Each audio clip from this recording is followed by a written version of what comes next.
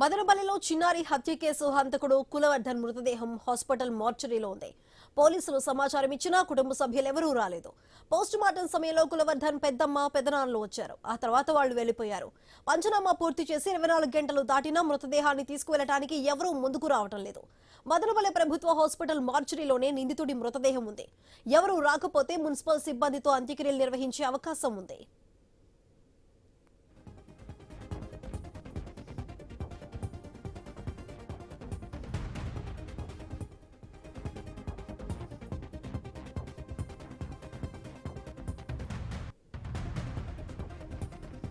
మదనపల్లిలో చిన్నారి హత్య కేసు హంతకుడు కులవర్ధన్ మృతదేహం హాస్పిటల్ మార్చరీలోనే ఉంది.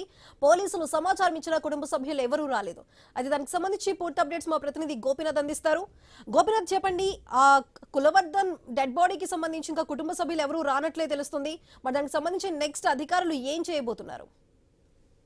నిన్న ఉదయం అంటే 7 సంవత్సరాల పాపని బాలికని మొన్న హత్య చేసిన తర్వాత నిన్న అతను కూడా కులవర్ధన్ మదనపల్లిలో ఒక చెరువులో అక్కడ ఆత్మహత్య చేసుకోవడం జరిగింది. అయితే అప్పటి నుంచి కూడా వాళ్ళ కుటుంబ సభ్యులు చూడడానికి గానీ లేదంటే ఎవరు కూడా రాలేదు.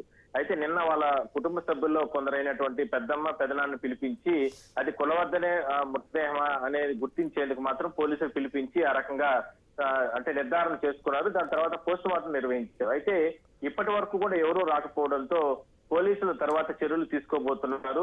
మరో గంటన్నర లోపల చూసిన తర్వాత సాయంత్రం 4 గంటల వరకు చూసిన తర్వాత పూర్తి స్థాయిలో కూడా మున్సిపల్ సిబ్బందికి ఇచ్చిన తర్వాత బాడీని అప్పగించాలంటూ కూడా నిర్ణయం తీసుకోవడం జరిగింది.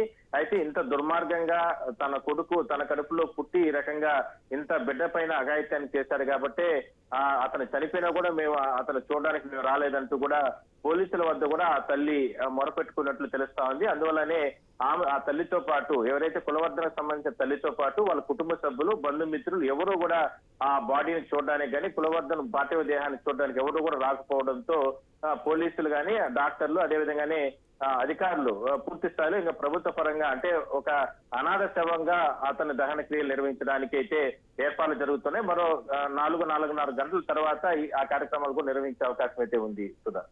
Right Gopinath, thank you.